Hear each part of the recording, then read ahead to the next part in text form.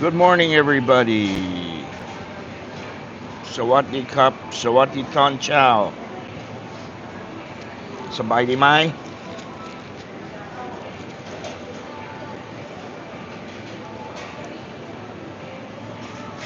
What is happening?เป็นยังไงบ้างเฮ็ดหยัง So what's going on? What's going on, everybody?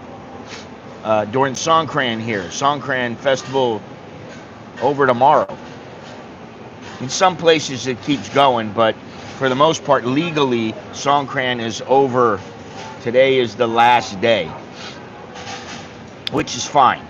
I mean, I could have went out and done all kinds of things and went all kinds of places. And even my kids, they're just like, nah, we got things to do at home. We can chill out here. We don't have to go out. And I've been going around the neighborhood on a motorcycle, and there's really nobody playing with water. And the people that are, it's like little kids. They've got little swimming pools out. They're just spraying each other with water, and that's about it. I know in some places, like what the hell is it? I can't blanking right now. I can't remember it. Hang on a second. Khaosan. Can't believe I can't remember that. Khaosan Road and down in Pattaya and certain places like Soy 101 down here. There's a few people playing in water, but for the most part, it's not like it used to be. You're riding on a motorcycle. People don't just throw a bucket of water at you anymore. I just haven't seen it. And whatever. I mean, I like it. It's fun. I just didn't feel like dealing with it. My shoulder is still screwed up. And, if I was going to go out, I'd go there with a camera. And then that means I hold it up with my right hand. I can't do that now because my arm is just, it's not good. I may have to go in and get like an MRI or something like that. I don't know. But it doesn't seem to be getting better. So I have not gone out. I've been chilling at home. And, that's the way it goes. All right, so today we're going to talk a little bit about, well, first of all, let me get started here. Thailand isn't the same as it used to be. I've been saying that for years. It's been changing. I mean, change is inevitable. If you've been here in the past, years ago, you know that there's been a shift. There used to be tons of backpackers, and they'd hop from guest house to guest house, and they would get by on peanuts, damn near nothing, okay? But the government kind of has other ideas. They're not really putting up signs that say no backpackers allowed, but they're kind of pushing them out slowly but surely. What they want here is big spenders, and I've talked about this for a couple of years, ever since they really came out with it. And if you're a backpacker, which, listen, I got nothing against backpackers. I only got something against, like, people who are smelly and don't take care of themselves and walk around with black feet and, dirty feet. And they think it's okay to walk into your establishment with no shoes on, no shirt. They reek like BO. I got something against those kind of people. But I don't really have anything against backpackers. Now, to me, it's like, listen, I understand there's a problem with the number of people that are coming into Thailand. That is a bit of a problem. Because you have a lot of people coming in, and people are complaining. When you had 40 million people, I honestly don't remember hearing lots of people complaining about lines and just all the issues that go with having too many people, too many tourists. You got to wait a long time. You may not be able to see things quite as good. Hey, Jim. So it's different than it used to be. But now people are griping about it, and they may only get 30 million. So What happens if they get 40 or 45 million? You know, they need to change a few things in their infrastructure. But what really caused me to do this stream is I saw an article. My buddy sent me an article. My buddy from Ecuador sent me an article it's from The Guardian. Okay, it's called How Thailand Turned Its Back on Its Backpackers. The shift from boho backpacker haven to luxury resorts in modern Asian metropolis has been stark and swift. Now, I don't know what it's like. They're having a party over here. They must be spraying each other with water or something. I don't know, but they've been really loud the whole morning. I'm like, man, what are these people doing? I don't know if there's not that many people in the mall or what's going on, but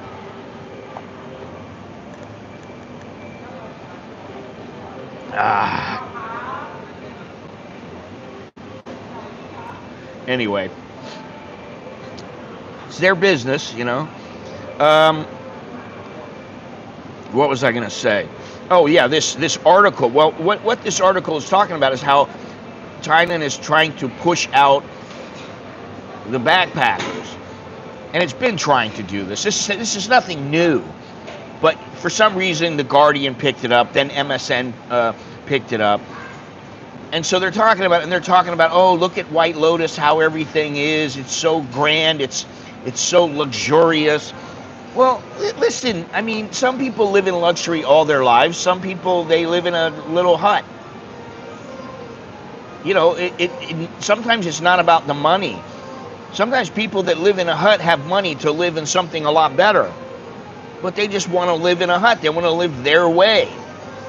So, you know, you got to think about these things. But the whole reason they did the article is because of the proposal to change the visa exemption from 60 days to 30. And I'm going to tell you about how everything has changed because I have all the dates and everything. I can tell you what's really happened. And to be honest, people were lucky to get the 60 days with a 30-day extension. I mean, okay, I think it's a good thing, but they're having problems with it. And what the Thai government has said is that most people don't stay for more than 2 or 3 weeks.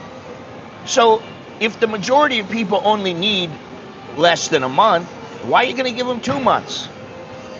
And if they want the 2 months, they can get an extension. It's not a problem, really.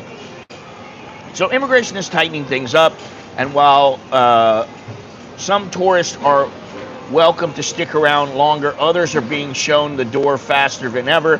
It's all part of Thailand's evolving tourism strategy, and we'll be getting into it here. But what I really want to try to figure out is what's going on, and I kind of know, but why is there a sudden push somewhat sudden, to push all the people who kind of have made your country, and then you're going to target the higher income people?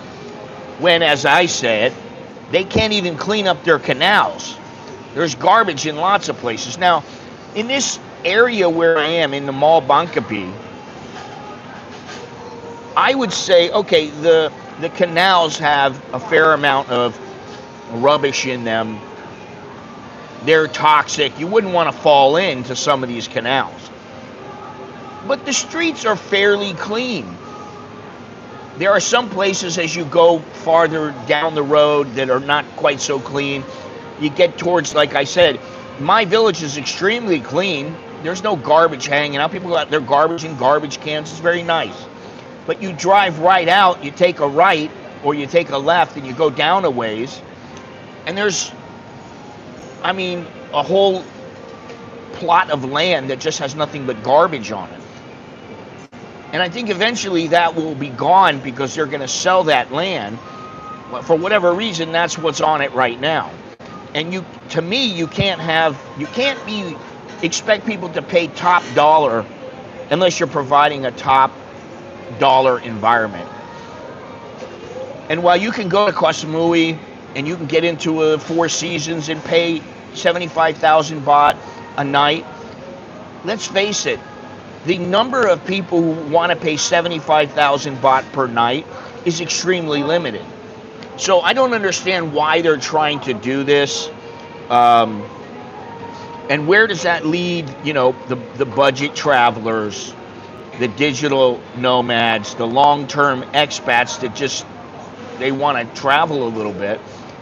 And I would never say that I would never categorize myself as somebody who was like a backpacker, who, I was constantly looking for the cheapest, 100 or 200 baht room or anything like that.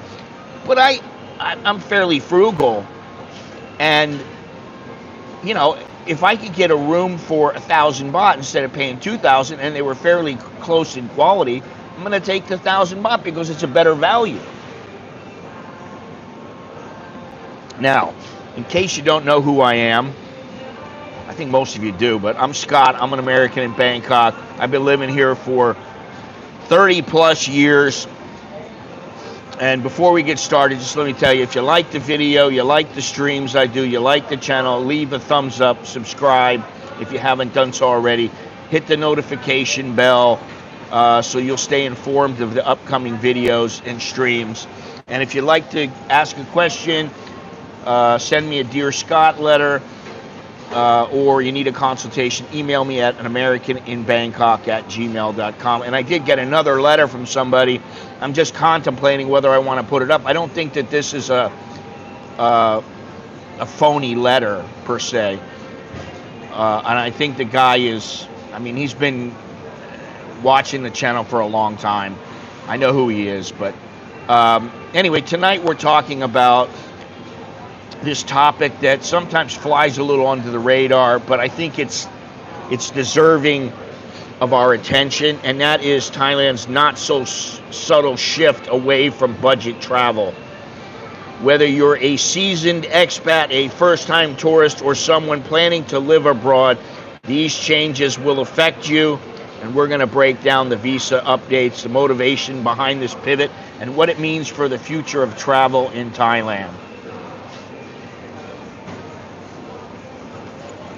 All right, good morning, everybody. Let me read this here. Sawadee Pima, yes, Sawadee. Not just China, but also, everybody wants great tourists. Everybody, listen, if Thailand had it their way, they'd have one person that came in and spent 100 million baht, and that's all they had to deal with. They'd be happy.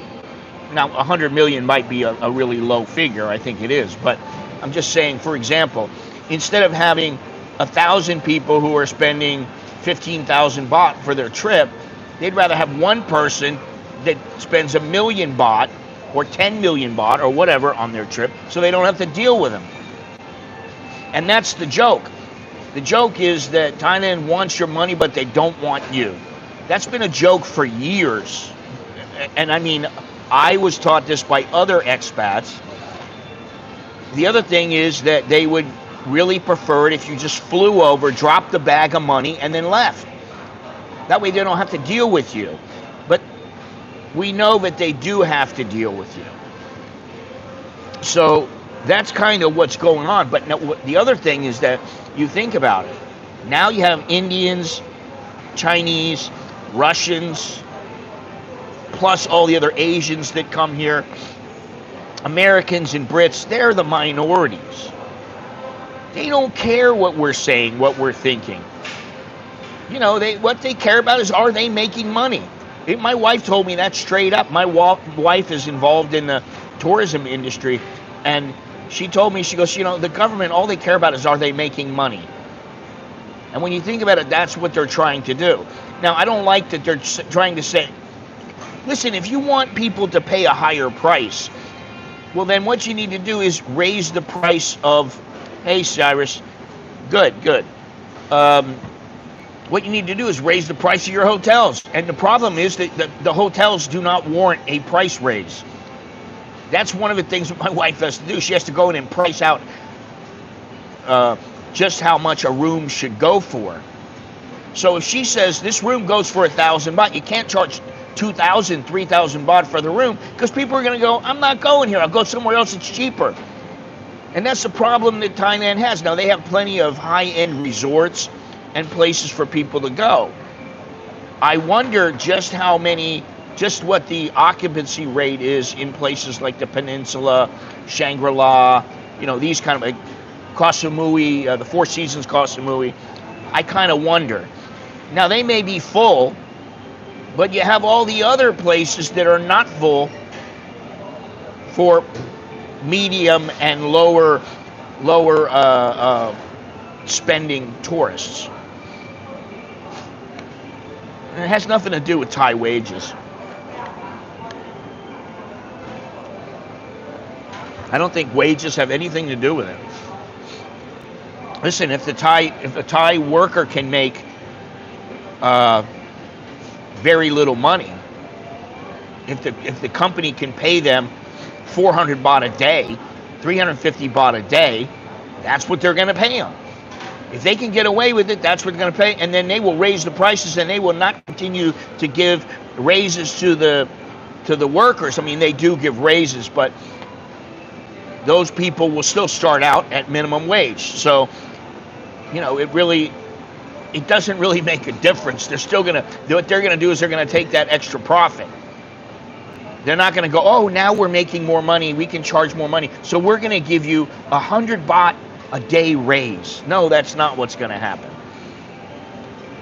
Yes, you got these Chinese tour groups. Listen, you also got Korean, Japanese. I mean, you got all kinds of tour groups coming in here. And the thing that I've noticed, and other people have noticed, is that when you want to go somewhere, if I type into ChatGPT, I want to go somewhere where there are almost zero tourists. I want to go somewhere that it's going to be me and maybe there'll be 2 or 3 other tourists on the whole island or on wherever it is. It's usually a place that people don't want to go, or it's a place that's very difficult to get to, which is okay sometimes. I mean, Phnom is a place that is not really all that easy to get to, but it's not that difficult.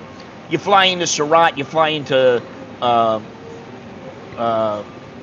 Si Thammarat, and you take a minivan for about an hour or whatever, hour and a half, and you get there, right? But it's not like you can just fly there and then you take a boat for 30 minutes and you're at your destination. For some reason, people have not picked up on it, although it's starting to get busier there, a lot more busy, and in Sichuan and those kind of places. Well, whenever you go somewhere, I mean, even Thais who go somewhere that they don't live, that they are, in effect, a tourist. But you're not talking about a tourist who comes to Thailand and then he goes back home after 2 weeks. For me, I still live here. If I want, I can go stay in a place and I can go, I'll stay here for another month. It doesn't matter. We're tourists, cannot really do that.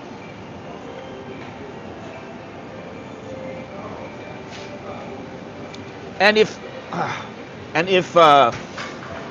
tourism from Chinese dips, it'll go back up, and the Thais know this. They know that they can entice them. They know that if there's something bad that happens, a Chinese guy gets murdered or something like that, for a couple of months, maybe people won't want to come, but then boom, they're going to come again.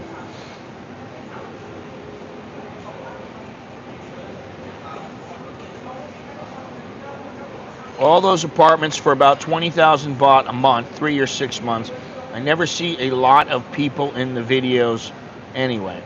Well, 20,000 baht, if you want, you can get an apartment much cheaper than that.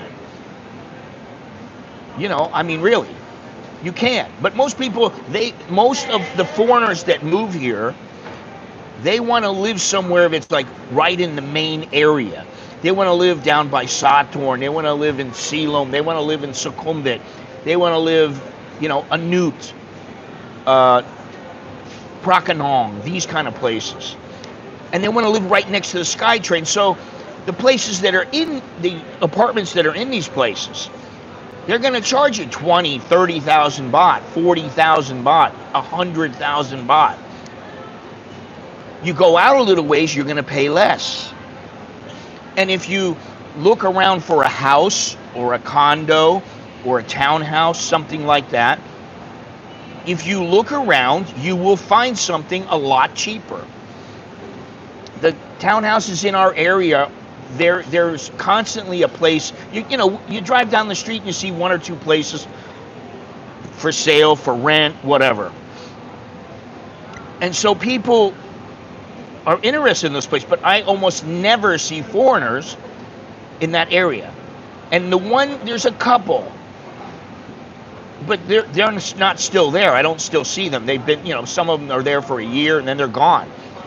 Who knows? Maybe they break up with their girlfriend, or who knows what, they move back, whatever.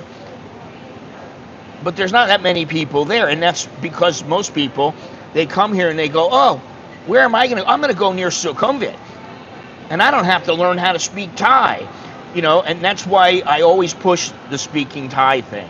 Even if you don't speak it great, if they understand you, that's what you want, and that helps you. And then if you have somebody that can assist you in finding a place, well, that's even better. I mean, even if you do speak Thai, you can stand there and listen and go, kop, kop, oh, khao chai, kop. And the lady, maybe you don't even understand everything. She's telling your friend goes, oh, this is a pretty good deal. Okay. I mean, I haven't paid more than 7,000 baht for a home or townhouse in about 22 years. That's all I paid. And I like that because I never have to worry about it. I throw them the money and they get the money ahead of time all the time. I don't care. I just give it to them. Boom. I'm paid. I'm paid for 3 months, 6 months, whatever. So why am I going to go out and, I got friends, I had a friend that had an 80,000 baht a month apartment, and he wanted to stay here for 6 months out of the year. Now he doesn't stay here at all because he doesn't have any money left. He's a guy who had some chick who was 80,000 baht. His apartment was 80,000 baht. He was pissing money away like like an idiot. He thought he had millions of dollars and he had a couple 100,000, and that money is gone now. But I know people that are living here on 30,000 for their apartment.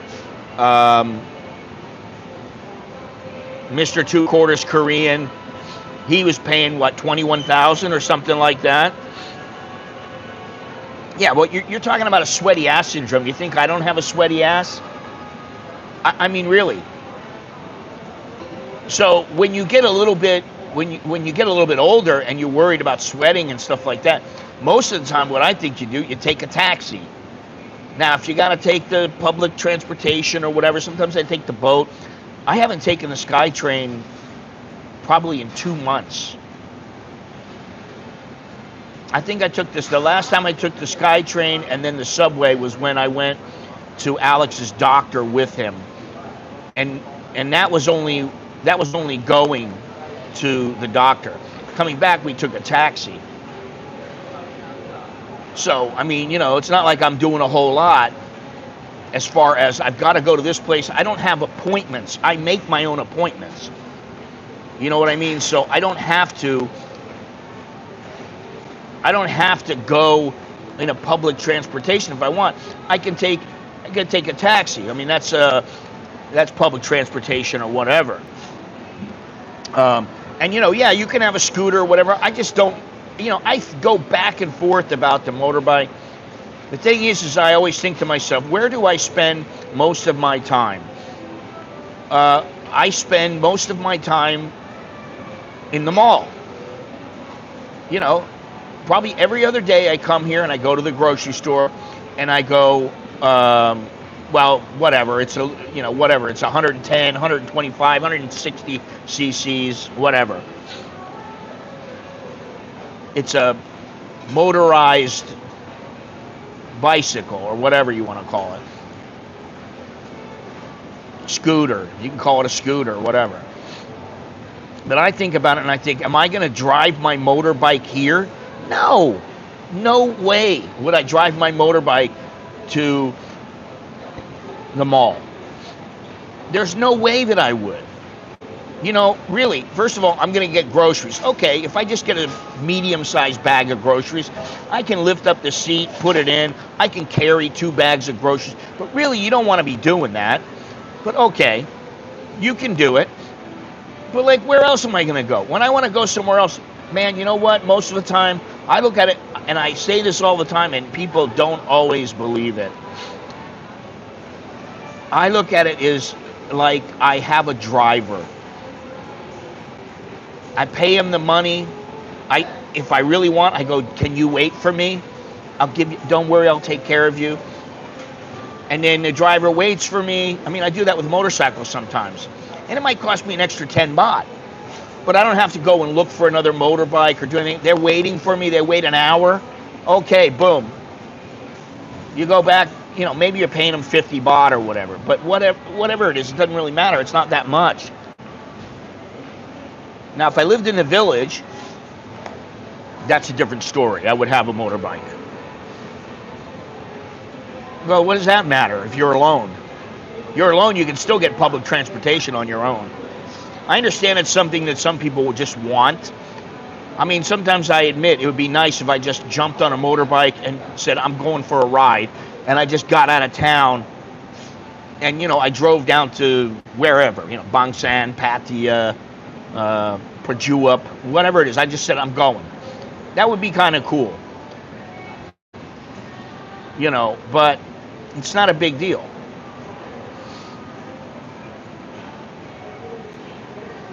They're not efficient.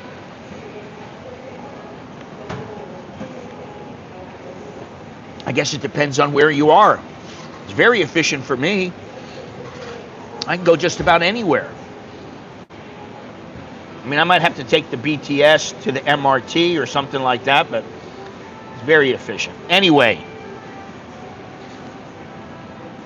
right now the exchange rate, 33.50. It was up to 34.88 last week. Air quality is 58, and the temperature is 30 degrees, high of 34, low of 27. The feel-like temperature is 32. That is Celsius. Fahrenheit, its temperature is 85, high of 93, low of 81, and the feel-like temperature is 90. Humidity, 79%. And the forecast for today and the next few days, excess of heat, rain through Friday, and cloudy with a chance of rain this weekend. All right, so this article that I'm talking about was called How Thailand Turned Its Back on Its Backpackers. I don't know if that's what they did, but all right, let's just go with it. Now, they've gone, the visa exemption policy has undergone several changes over the past few years. You know, I don't know why they're doing these things, but let me give you the breakdown. Wow, looked like the electrical problem here. Okay, this is the timeline of visa exemption changes. Before October 1st, 2022, tourists from approximately 60 countries were allowed a 30-day visa exemption upon arrival, and they can get an extension for 30 days. From October 1st, 2022 to March 31st, 2023, in an effort to boost tourism post-pandemic, Thailand temporarily extended the visa period to 45 days for eligible countries. Starting April 1st of 2023, the 45-day exemption was rescinded, reverting to the original 30-day visa exemption policy. Now, no one was griping about it going back to 30 days then. They weren't complaining about it like they're complaining about it now. Oh my God, it's going to affect tourism. They didn't do any of that. They didn't say any of that stuff. Now, a little more than a year later, in July 15th, 2024, Thailand expanded its visa exemption policy, allowing tourists from 93 countries to stay for 60 days without a visa, plus the 30-day extension. So you get 90 days.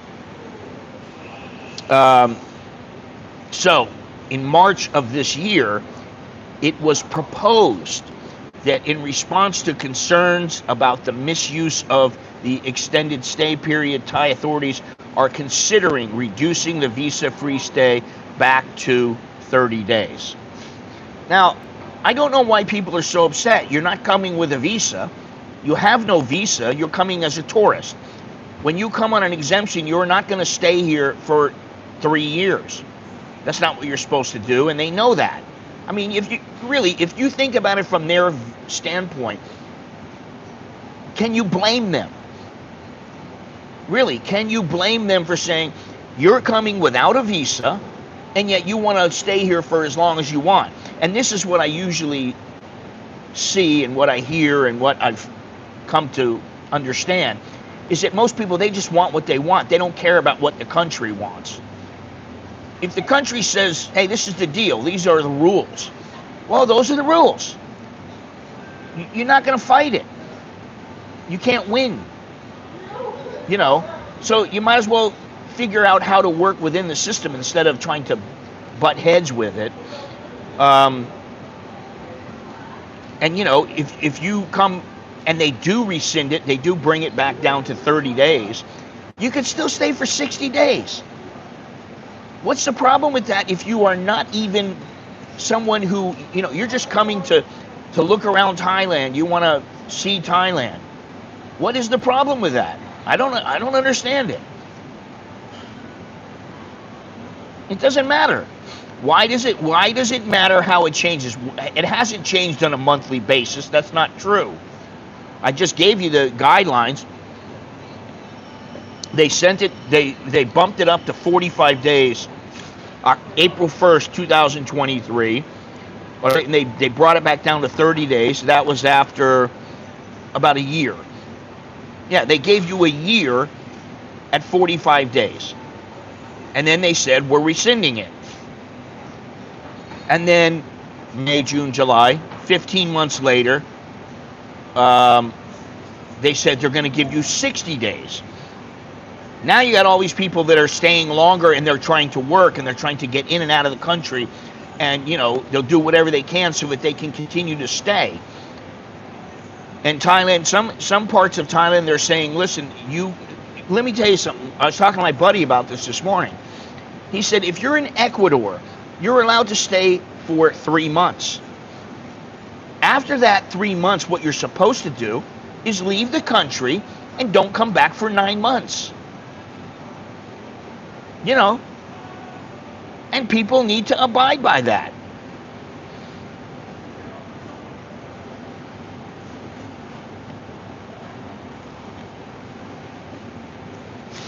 Because they don't want them working. They don't want them being here without a visa. Because then they lose control of where those people are.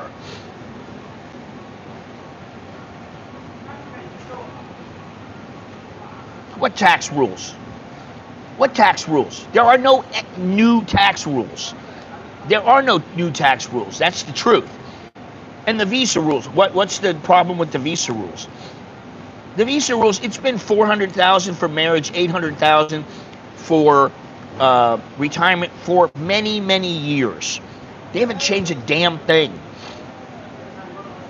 So tell me what that is. And you're talking about tax rules. Listen, if you know what's going on with these tax rules, there's nothing going on. If you're an American, you have you have a treaty. Let me tell you something. I don't get taxed on Social Security. The United States doesn't tax me, and Thailand doesn't tax me. It doesn't matter. What do you think? Oh my God. Exactly. And you know, you're talking about taxes. What taxes? What taxes? Everybody I know, they're not paying taxes. This is for the higher end people. This is for the few people who are maybe they're living here and they've got a business and they're earning a lot of money. For people who are coming here, they're living off of a pension, the Thais don't really care. And when you show me that they are cracking down on people, then I'll believe it. But right now, everybody that I've seen who has a say in it, not yet. Well, you could say that about all kinds of things. I could say not yet to America is not making people live in the United States to collect Social Security. Well, not yet. I mean, you can say that about just about everywhere.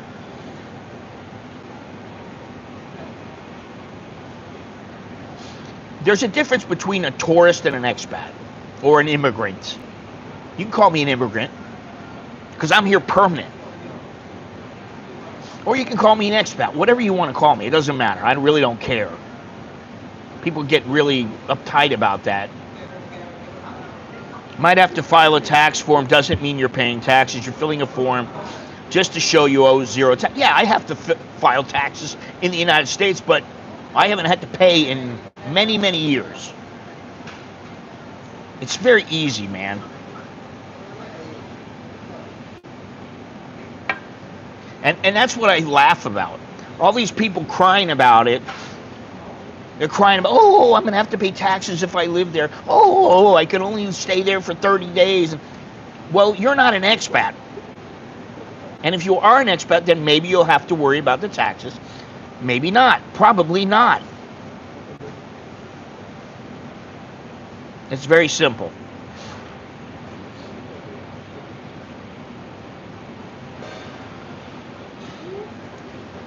Well, listen, I'll take the uncertainty that comes with living here. I'll take the uncertainty over anything else. Hey, how you doing, Dale? I'll take the uncertainty. Because most of the time it doesn't amount to much. And even if you do have to pay taxes, what's it going to be? $200? It's going to be peanuts most of the time. That's what it's going to be.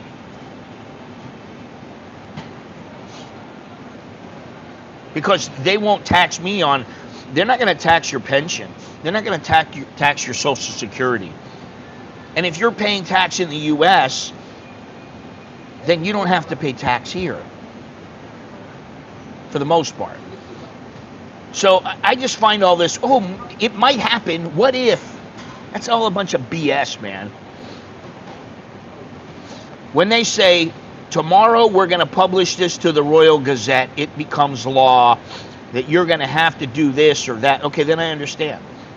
But they don't do that. They listen, and I go back to many, many things. And what I've said is the Thais, they like to put out ideas, or maybe it's somebody talks to the media gets hold of it, and then they decide that they're going to run with it. And it may not even be true. But the Thai government throws something against the wall. They hope it sticks.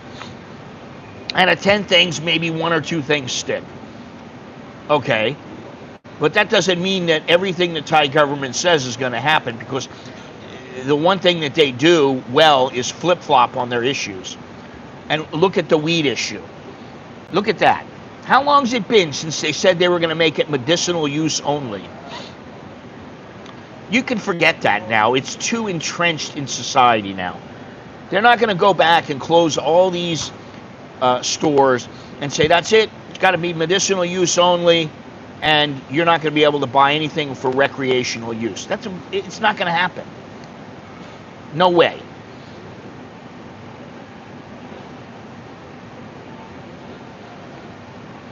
All right, now,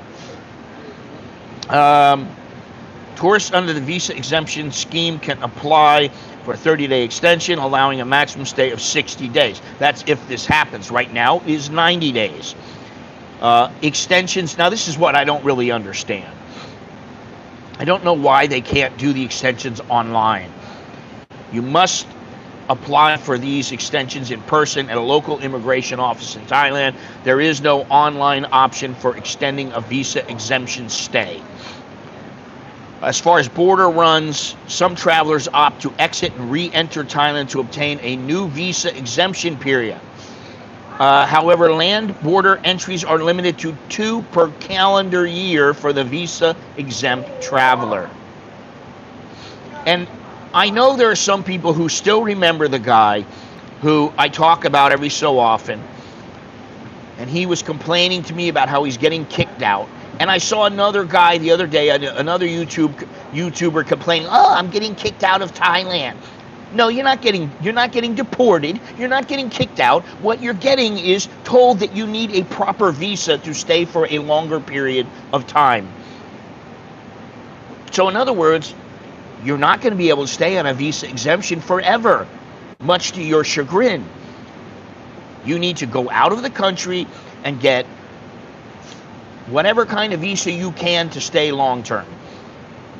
That's how it works. That's what is so difficult about that. I don't get the complaints, whatever country we're all from. We have to pay taxes. Foreigners coming to our country in most cases are dealing with a more strict immigration policy. Who's getting disappeared from Thailand? Oh, God. Unbelievable. Unflippin' believable. Okay, so the shift in their tourism strategy. Thailand once was a haven for backpackers. And you know what? It still can be. You might have to pay a little bit more money, but you know, prices go up everywhere. There still is affordable accommodation, great street food, and the attitude is pretty much still the same. It's very laid back. But the tourism strategy, the shift, has been strategic. And you know, people think, oh, the Thais, they do everything, and I don't understand why they do it. They have their ways. They understand what to do. And while they may not do it the way you would do it, they do it their own way, and sometimes that works for them. Thailand has fluctuated its visa exemption durations. Before it was 30 days, then it's 45 days, then 30 days, now to 60 days. And these changes aim to balance the tourism influx with economic benefits. Now, here's the big one. They are targeting high-spending tourists. The government is now focusing on attracting tourists who contribute more significantly to the economy, such as digital nomads, retirees, and luxury travelers. This is evidence in the introduction of the DTV, the Destination Thailand Visa, allowing longer stays for remote workers and those participating in specific activities. So, for backpackers, what is this? What is this here? Still plenty of hostels.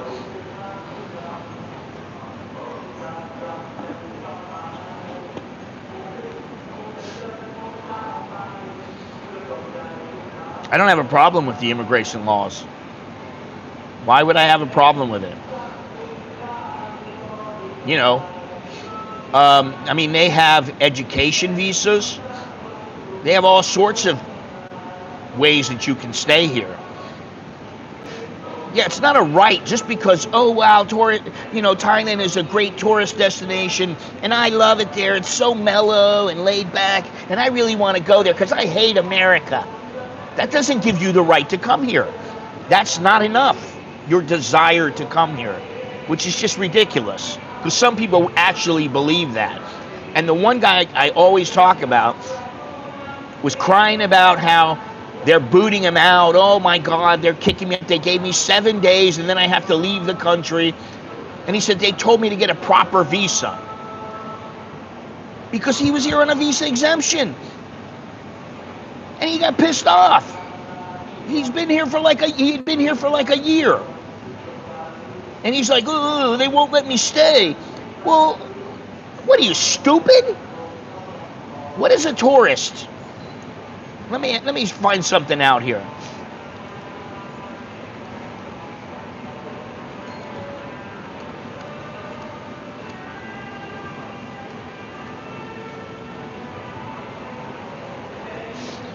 Let's see here. A tourist is someone who enters the country for leisure, vacation, or short-term travel, not for work, long-term residence, or business purposes. You see, for visa exemptions, usually you can stay for about 90 days, with or without an extension. When you have a tourist visa, you can usually stay for about 90 days, and if you get a multiple entry, you can stay for 6 months. You just have to go to immigration. And while that is a little bit of a pain in the neck, I think if you want to stay an extra 30 days to go down there and you pay, what, $40? Not a big deal. But that's why people overstay, because they just think they should be here. So they go, oh, I'll just pay the $20,000 when I leave. Not very smart.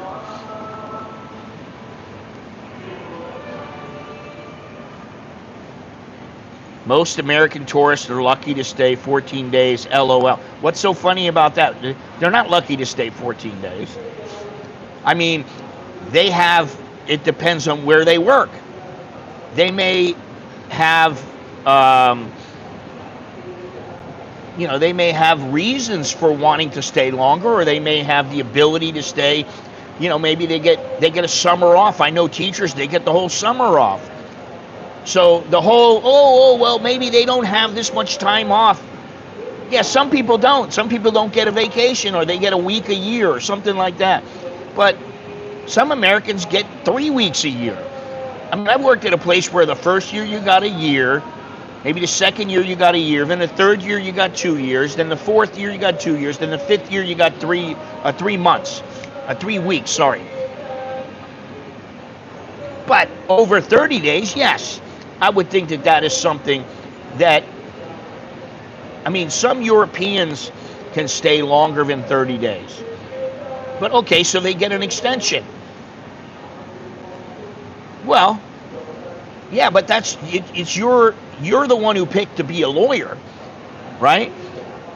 Now, you should be able to take some time off. Now, if you can't take 2 weeks off, I mean, I understand it. You're busy, you got things to do, you don't want your business to suffer, all these kind of things. My wife's the same way. But sometimes she just goes, okay, I'm taking 3 weeks off. And she just does it, and she has to catch up when she gets home. There's a lot of things that she has to do. Just lazy to do the prep work. They spend as much effort preparing for the visa process they did barking about it, there's no problem. Well, that's my point. The average amount of time that people stay is about 2 weeks, no more than about 3 weeks. So what do you need more than 30 days and a 30-day extension for? What is the reason you need to stay longer?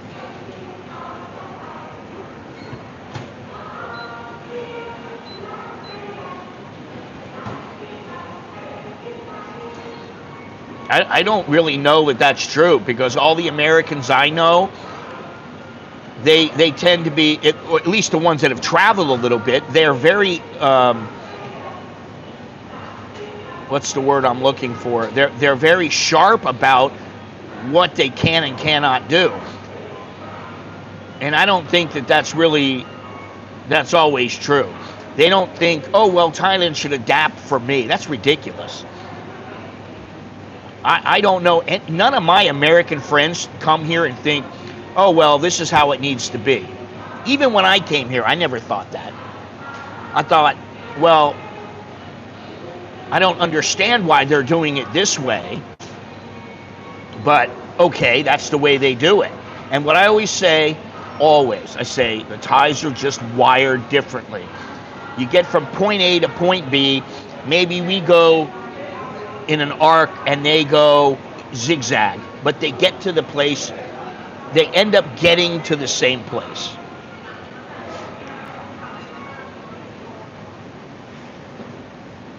Well, but the work laws in Thailand, the laws in Thailand, generally do not allow them to stay for 6 months. Maybe they can get, maybe they get an exemption and then they get the 30 days, and maybe they get another exemption when they go out and get another 30 days and they can stay for 6 months. Or maybe they just get some type of visa that allows them to stay for 6 months. That's it.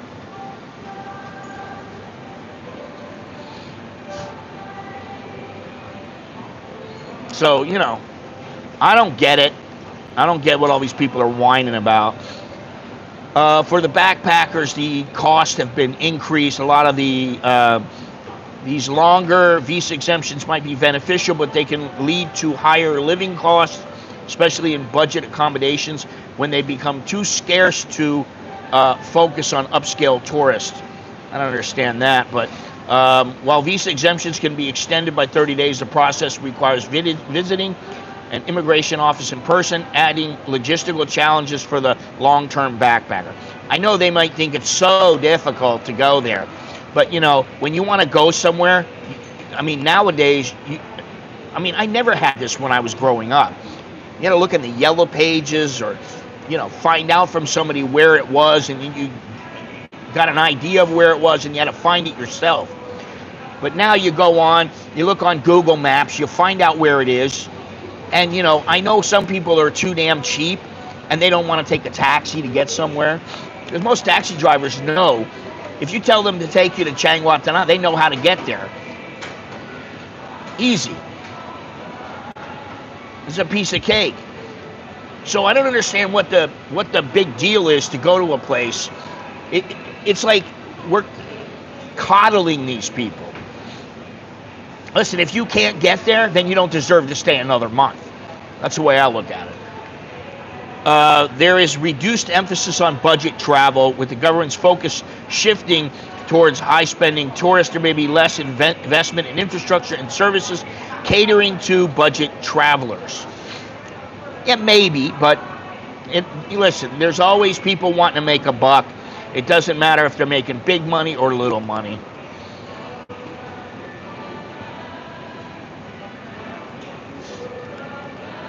Teachers have 2 months vacation, the rest 3 weeks. Well, that's not how it is in America. In America, they might have 3 months. So, you got 2 months. Okay. Back-to-back visa exemptions is easy. For the most part, they're not really that bad. If you show you got money, you got a reason to be here, you got a place to stay, most of them, they don't care. People have to understand that America is America and Thailand is Thailand, definitely. And, people still don't understand it. Well, why don't they do it this way? Why do they do it that way? Because they do. That's why. Why? Ask why. U.S. makes it difficult for a lot of people. Yeah, and that's another thing. The U.S. makes it difficult for damn near every single country to get into the country. It's not easy.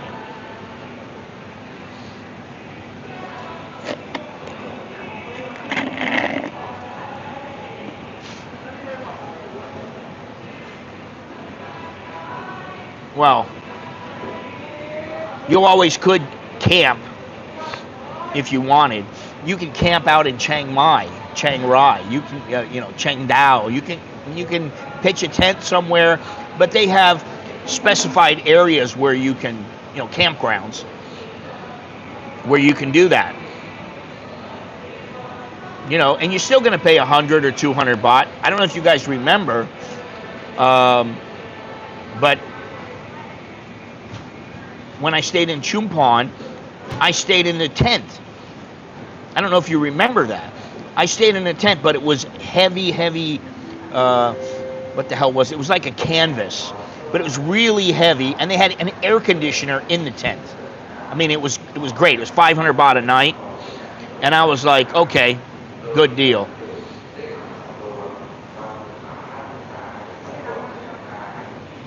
Yeah, that's the other thing, is that people forget, is that tourists are not only international, they're also domestic. And I know a lot of places where Thais go, and listen, Bungkan is one of those places. Right? I love Bungkan.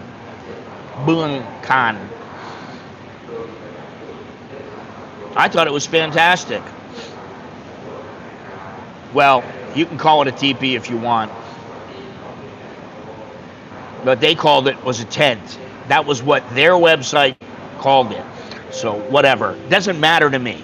What I'm saying is I would stay in a tent, not necessarily to save money, just because it might be better.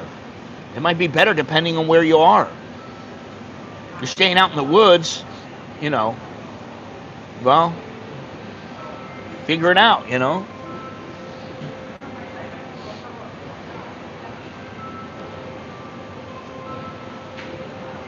All right, Thailand's tourism strategy reflects a broader trend where countries aim to maximize economic returns from tourism.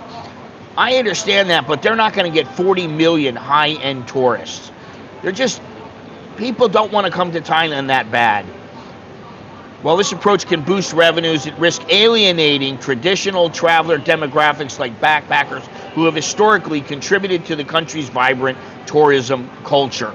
Very true. In summer, Thailand's recent policy changes signify a deliberate move to attract tourists who can contribute more substantially to the economy, potentially at the expense of the backpacker community that once thrived there. Now, they write these kind of things in the online newspapers and that kind of thing. They act as if it's already happened. But it's a proposal. It's a proposal. It's not set in stone. You don't even know that it's going to happen. They may reduce it to 45 days. Then what are you going to do? Oh, they didn't give us that extra 15 days. Oh, my God.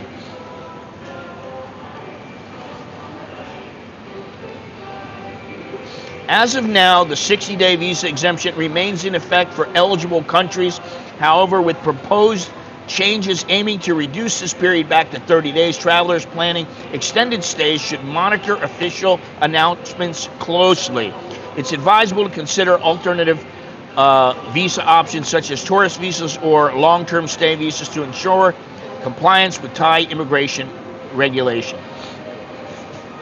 Listen, if you're coming over here and you're like, I'm going to stay for 90 days, well, you plan to stay for 60 days, and then if you have to, you go out of the country, you stay for 30 days again, and you get another extension. So that way you can stay for 120 days. Is that what it is? No, 120, what did I say? Yeah, 120 days. I mean, you know, just because you want to stay for a period of time doesn't mean you can. It's not your right. That's the whole thing. It's not your right to stay for as long as you want.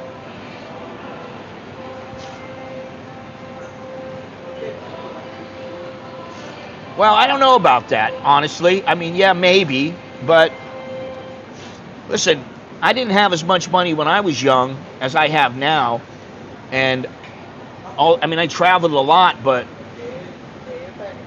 I never remember feeling alienated. I just thought, oh, I got to have more money. So maybe the people who might feel a little alienated because, oh, I can't stay for 150 baht a night in a guest house anymore. Now I've got to pay 400 or 500. I think when time goes by, if they have money, they're going to be like, listen, you know what? Okay, now it's 600 baht a night for a hotel, minimum. I can pay that, piece of cake. And then they decide to come. Or maybe they don't. But you know what? That's the way that it works. And the beauty of it is that there are new people. It's a cycle. New people come all the time. Young people who are 8 years old, 10 years old, they become 20 years old, 25 years old, and then they decide to come over. And then their kids decide to come over. So it's never ending. It's just a matter of keeping those people coming, making money off of them. I mean, it's not, I don't think it's rocket science. You're always going to have people coming if you've got something to offer. Now, what I do think is that at some point, Thailand may exhaust some of their resources. You know, and they may have to do like what they did in Maya Bay, where they shut it down for a while. Or maybe they'll have to limit the number of people that come. You have to make an appointment or something like that. I saw in Sardinia that people who want to go to some of the beaches there, they have a way to reserve a spot for the beach for you and the people you want to come. And once the spots are gone, no one else can come. I mean, you know. So maybe that'll happen in Thailand. I don't know. I mean, I can tell you that I used to live in Phuket. And when I lived in Phuket, it was still crazy and everything, but not like now. It's much different now.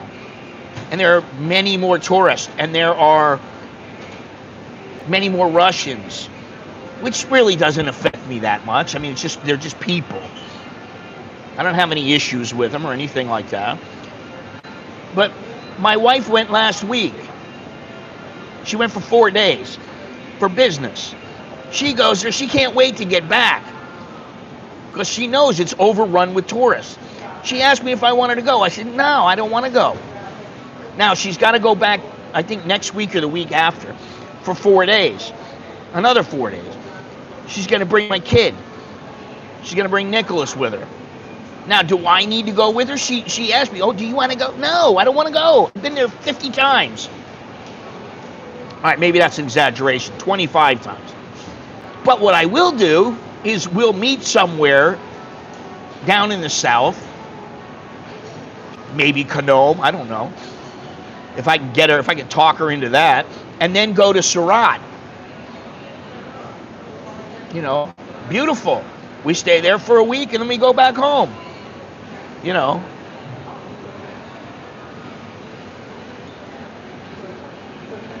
If you're making a certain amount of Thailand, you should pay taxes in Thailand.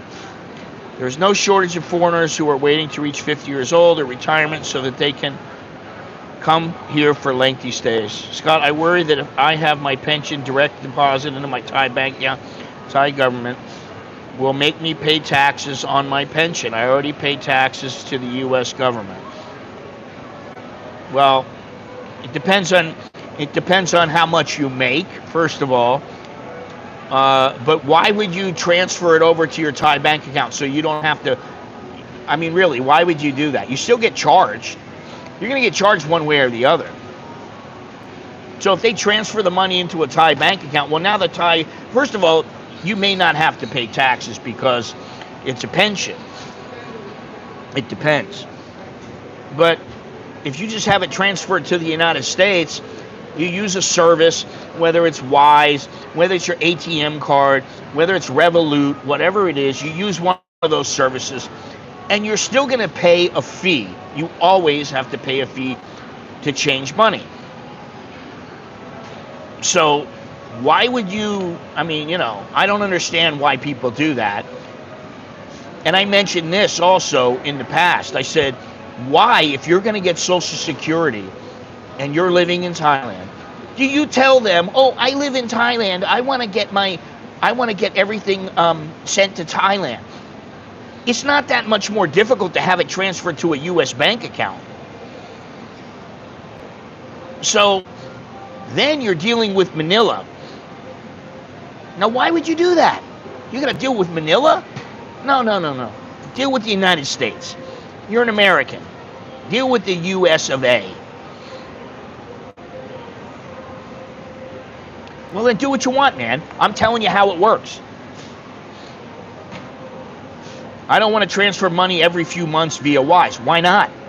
What is the problem with that? It takes 2 seconds. Really, it takes like 2 seconds. You set it up, which takes about 10-15 minutes. And then anytime you want money, and usually for me, I make 1 or 2 transfers a month, you get your money. And you can transfer it to U.S. banks. You know, if you want to put something in like a Charles Schwab account, you can do that. You can transfer it into Bangkok Bank in Thailand. You can transfer it into CASHAPP. You can do whatever you want. And so, yeah, the Thai government might see that money's coming in. And you go, well, you know, this is my Social Security or this is my pension or whatever it is. And then you got to work it out whether you have to pay taxes or not. That's all. But I would never recommend someone to give up their U.S. bank account when they're moving over here. That's just stupid. What I would say is have a U.S. account, have 2 of them, and then get an account here in Thailand. At least 1, maybe 2.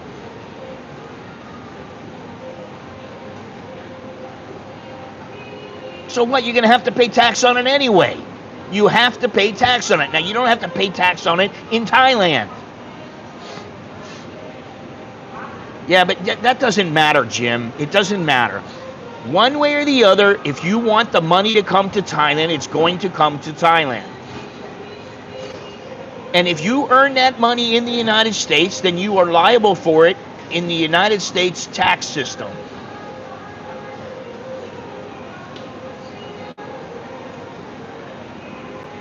But because you are liable for it in the United States, you are not liable for it generally in Thailand. And that's where you have to figure out, it depends on how much it is and all this other kind of stuff. So that's all I'm going to say about that.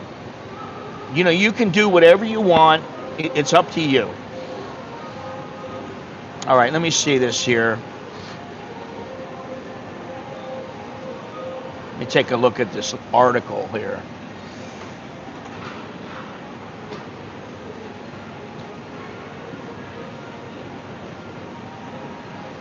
Now, this article says it won't be a concern if you're heading to Phuket for a 10-day break, but it's certainly bad news for the scores of drifters, spiritualists, and raver types who have long regarded the Southeast Asian country as a perfect retreat for some soul searching.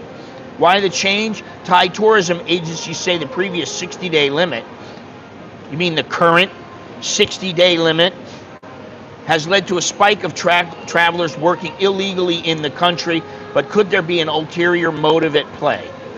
It's no secret that Thailand has undertaken the mother of all rebrands when it comes to tourism, casting off broke hippies in favor of the high-spending luxury types who would go to a resort like the White Lotus in the first place. Such a crock of shit, man. Yeah, I don't understand. You know, you're asking about this. I mean, it's still in effect. Nothing's changed. The Treaty of Amity.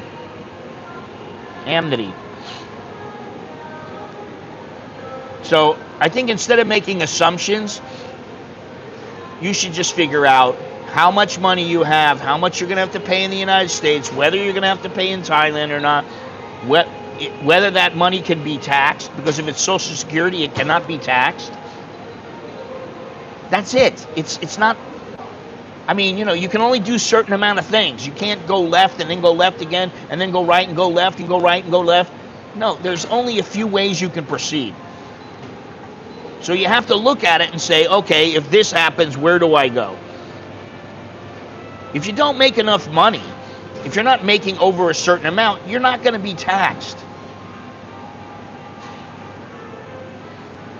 And I would say, if you're that concerned, find a tax accountant who knows about these things and go to him. That's what I would say. So, hey, do me a favor, all of you that are here. We've had like 70 people in the stream. We got 29. We got 29 thumbs up, so please leave a thumbs up and subscribe. I would appreciate that. I always appreciate that. That's why I have to ask, because people forget about that. They forget to click thumbs up. It doesn't cost you anything. It's a freebie. All it takes is a little smidgen of energy where you move your finger over and click the thumbs up. Thank you very much. But, you know, that's the way it is. And I just saw an article here. This is from March 31st. No decision yet on cutting Thai visa-free period. And from March 31st, that's 3 weeks, more than 3 weeks, nothing's changed. They're not talking about it. And when they don't talk about it, that's a good thing.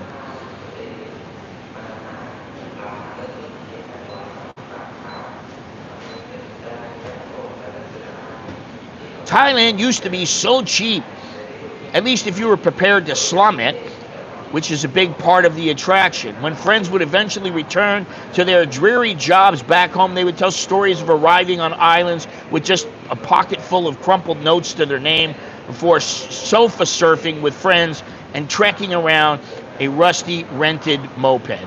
All right, listen. I hate to break it to people, but like some people are the kind who will go, hey, listen, I don't got anywhere to stay. I don't want to spend any money on a hotel. Can I stay at your place for a couple of nights? And you're going from person to person to person to have a place to stay. To me, that's like mooching. You want to stay like a couple of nights to find a place to stay. I understand that.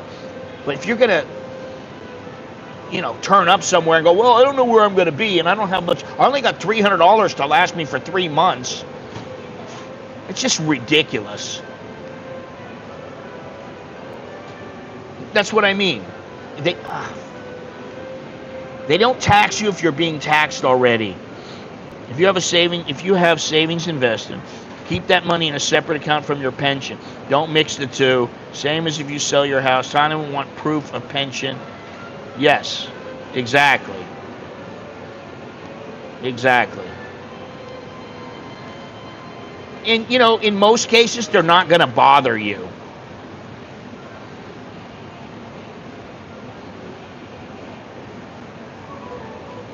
Why would they bother you? You might.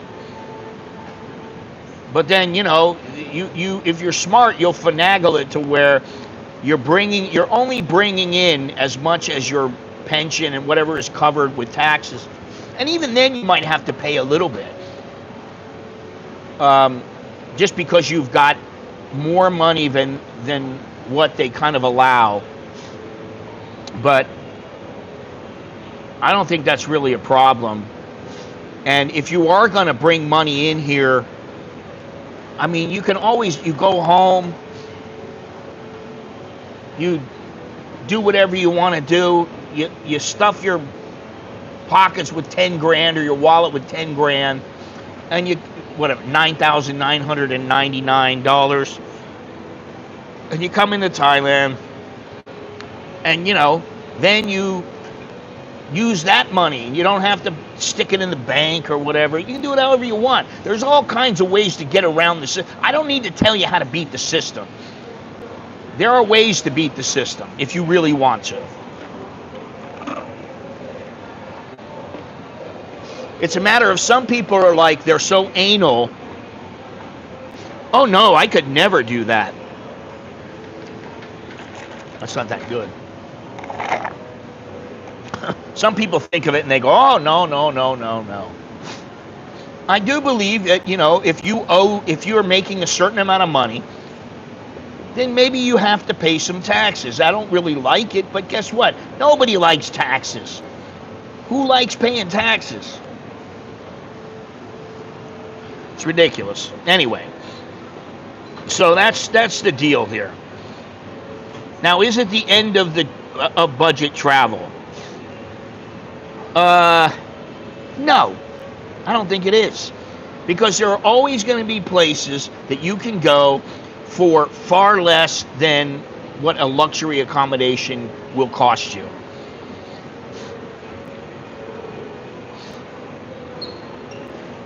Well, if you go home once a year, that is a trip that usually people have reasons for going home. They want to go see their parents, they want to go see their friends, they got loose ends to tie up or whatever. You can bring whatever you want. If you're married and you both want to go home, you can bring 20 grand back. I mean, like I said, I don't need to teach you how to figure it out. I don't want to do that. All I know is you can figure it out. I know that for certain. If you want to get around the system, you want to beat the system, there are loopholes. Now, you don't want to do it to an extreme, but there are loopholes. Figure them out.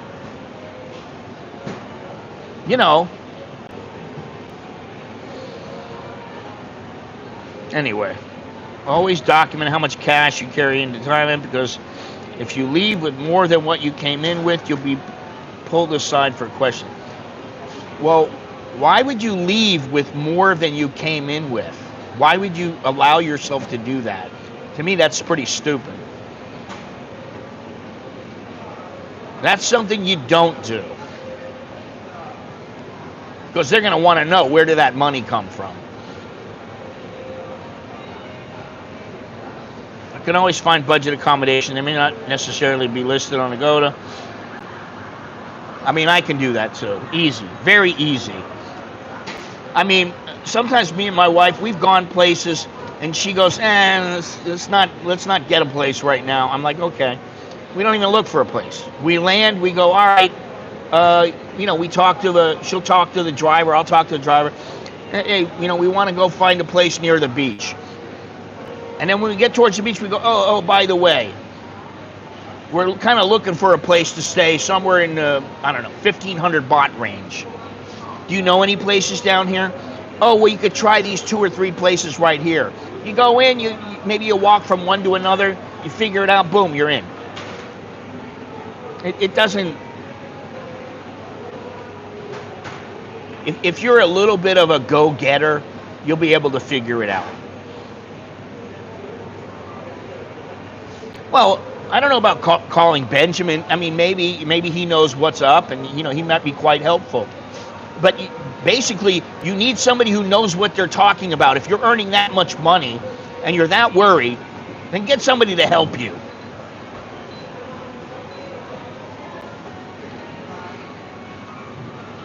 All right, this stream, again, Darth Son, you always try to turn it back to you.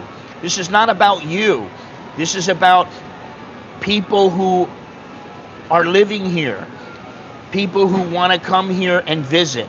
This is about how long they can stay, right? I understand, you got money, you want to do this, you want to do that. Okay, well, figure it out. It's not rocket science. It's fairly simple. And if you have to pay the tax, then you have to pay the tax. Simple as that. If you don't, you don't. But that's why I say, get somebody to help you, and they will help you. Exactly. Thank you very much.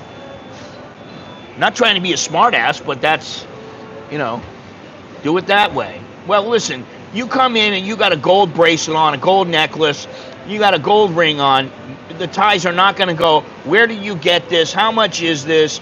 Why are you doing this? They don't give a shit. They're not even going to see your necklace or maybe your bracelet if you're wearing a long sleeve shirt. Or if they do, they're not going to say much about it. So I wouldn't worry about that. And 50,000 baht is a hell of a lot of gold. Well, I always say that. Listen, I'm just a dude. I'm a dude giving you my perspective. Sometimes I'm dead on. And sometimes maybe I'm a little off. But if you go to somebody who really knows the subject, that really cares, he's out for your best interest, that's your best bet. Finished. Anyway. So, I don't think Thailand is going to become this high-end destination that they want. There's just too many things that they need to do. And I don't see them doing everything within the next, say, 6 months. It's not like they're going to clean up everywhere, make everything so easy for people. I mean, listen, you want to get an elite visa or something like that, all right, maybe it's a little bit less stress for you. But, it just...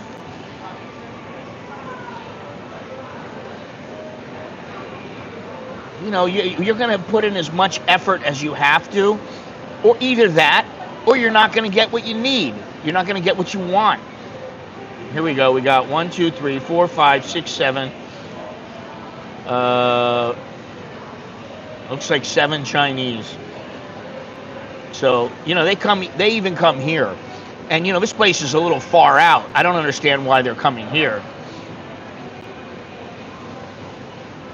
Well, then why don't you go live there?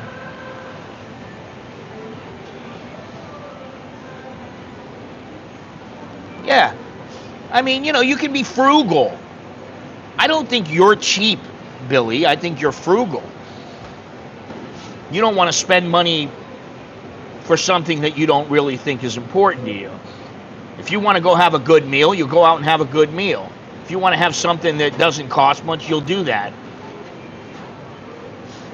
And while Phuket is maybe a high-end destination in some areas, there are many areas that are not high-end. And I can tell you that some of the places that are high-end, they are really high-end. And whether or not you can stay there, I don't know. But I look at it like, would I want to live on Phuket the way that it is now? And I say, no, I wouldn't. Why would I want to live there now? There's no way. There's no way I would live there now. I mean, there's some nice places there. I understand. Most of the time, what I always say is that the Thais are not just looking to cheat you. The only ones who are doing that maybe are in the tourist destination where, and I'm talking about like in the hub, right down in Phuket where you're trying to get something done. Well, maybe they'll cheat you there. But the average everyday Thai is not trying to cheat you, whether he's in Phuket or Bangkok or wherever. But for me, I wouldn't want to stay there just because there's a lot of things. The number of tourists, I don't want to be around that many tourists. That's why I won't stay in Pattaya. You know, I mean, I won't stay in Hue Hin. Now, I may go look at Chumpon. If I go down to the south in another week or two, I may take a look at Chumpon. There's a place there I want to look at. But I may have already been there. I don't even know. I'm not sure. So I'm going to have to check. And there's also a place in Nakhon Si Thammarat. And I know for certain there's not a lot of tourists at the place in Nakhon Si Thammarat because I've been there before. But I did get a tour of our house in the south, and it looks much, much better. It's I don't want to say it's nearing completion, but it's probably about 75% done. Like transportation. I have yet to interact with a Thai customs agent in all the times I've entered the country. Well, I have a couple of times, but well, let me see something here.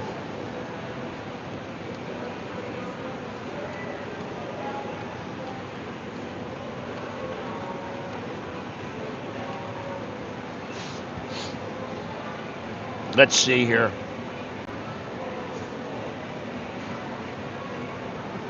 Importing gold bullion or bars into Thailand requires an import license. Without this license, bringing such items into the country is prohibited. Travelers can bring in personal jewelry for personal use without declaring it, provided the total value does not exceed 20,000 baht. Now, that's not even a half a baht of gold. That's not very much. So you're not allowed to bring in $300,000 or 300,000 baht or whatever it is. You can't do that. If you're carrying gold items exceeding the personal exemption limit or items that are not for personal use, you must declare them upon arrival. Failure to do so can result in fines and confiscation. Bringing in gold for commercial purposes without the necessary licenses and declarations is illegal and subject to severe penalties. Exporting gold from Thailand, especially in large quantities or in the form of bullion, requires proper documentation and adherence to customs regulations. And the thing is that for me now, when I buy gold, I only buy the bullions. I only buy the little bars. You can buy a half a baht, 1 baht, 2 baht, 3 baht. You pay that, you get the bar, you stash it somewhere, and then you hope the gold keeps getting more expensive.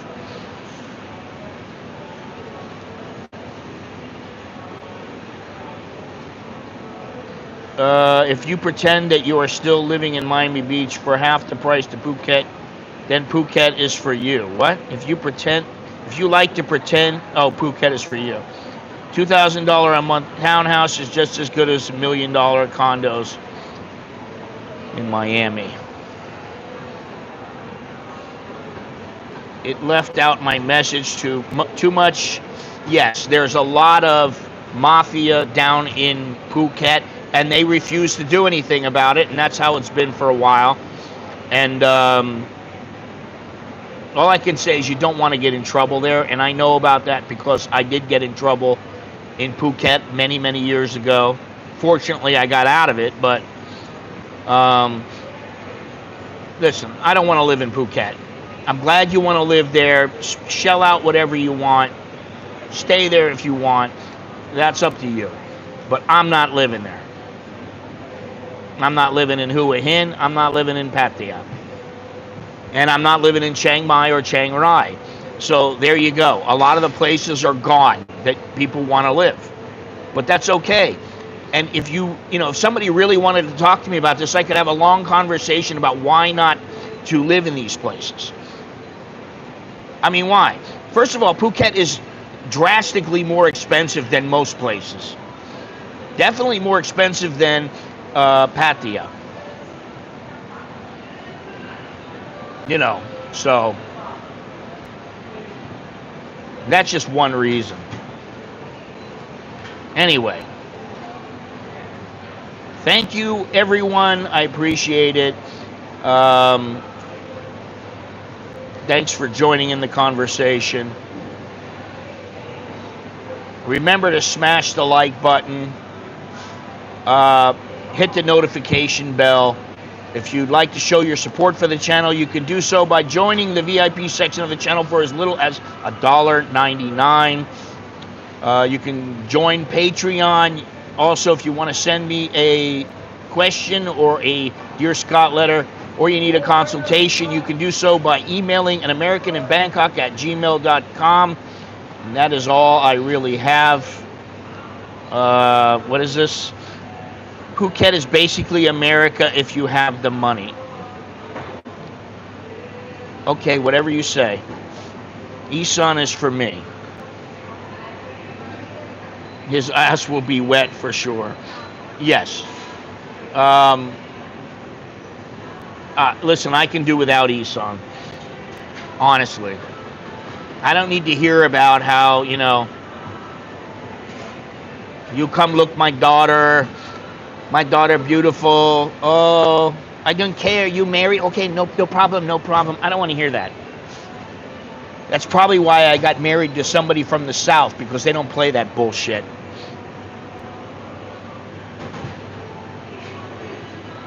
I can think of better.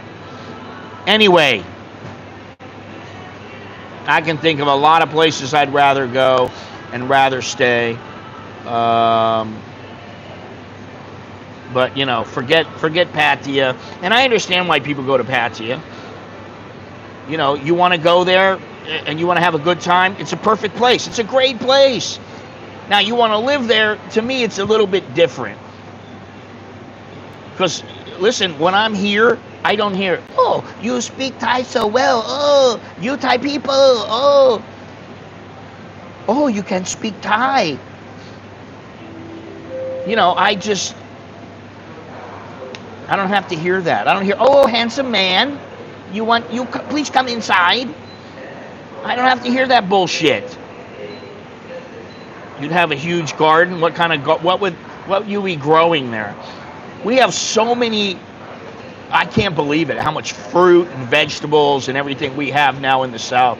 It's unreal. I mean, the last trip when I was there, I don't know how long ago, it's been 6 months or so, I was amazed. And my wife's like, yeah, we bought more fruit. We got the durian, we got all the stuff, so now the durian will be planted. They got the irrigation system set up, and we have all kinds of other fruit trees, and we still have kratom trees.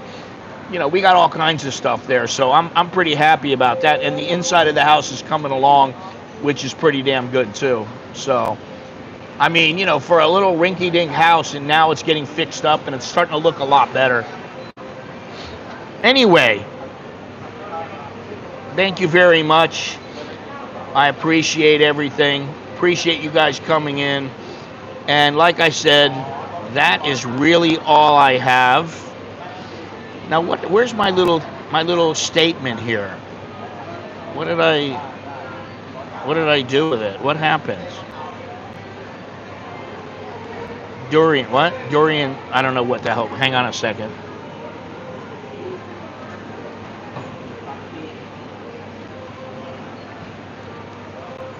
Durian, sorry, not for me. Later, Jim.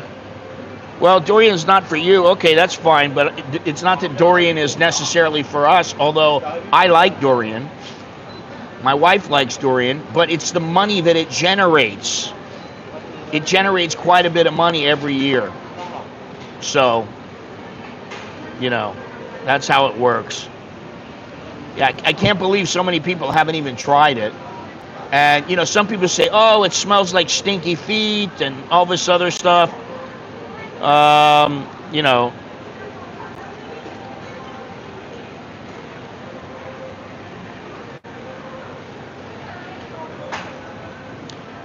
yes. Live free, stay smart, and do your expat life right.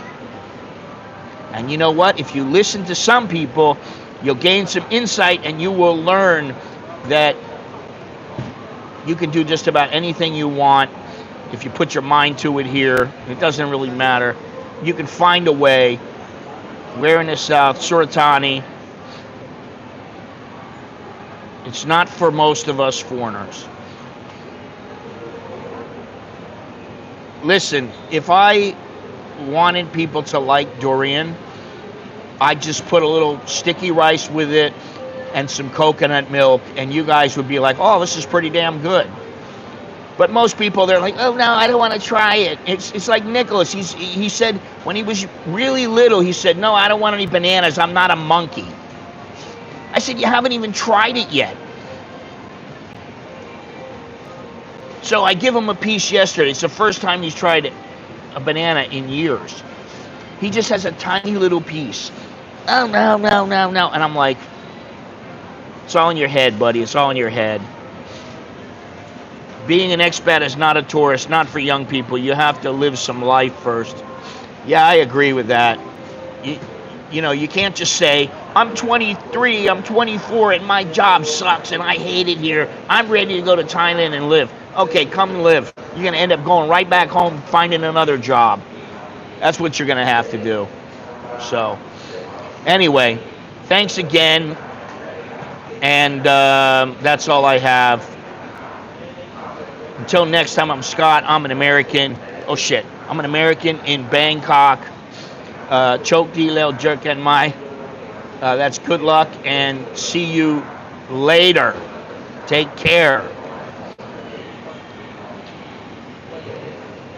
What is this? Sounds good. I've eaten some FU stuff in Thailand. I don't know what that means. More money equals more flexibility. Blah, blah, blah, blah, la, la, la, la, la. Yeah. Listen, trust me. Now, eating durian is not like eating rats or bugs or anything like that. It's actually pretty damn good. What I really like is mangoes with sticky rice with coconut milk. Suwon. Very, very good. Can't beat it.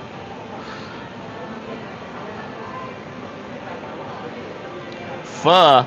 There is no pho in Thailand. It's not. That's a Vietnamese dish. You can get it here. You'd be better off having. Oh my God.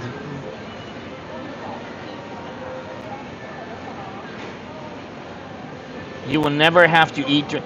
It's not that you have to eat it. What are you, stupid? You don't have to eat anything. You can eat durian because you actually like it, because it's good. Exactly. What, dude, you are out there, man. I really don't understand you sometimes. You are out there. That's all I got to say. Oh, listen, I don't even want to talk about him. He probably will never even make it to Thailand. I don't know. Here we go. All right, guys. I would say that's about it for today. So, what about it? What about it? What's wrong with it? What, you can't smell something and go, oh, this smells kind of odd, and then eat it and go, oh, it tastes great though. Whatever. You don't want to eat it, don't eat it. I don't care. Doesn't matter to me.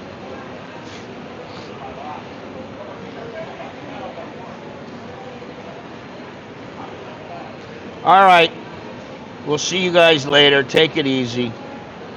End of the stream. Boom.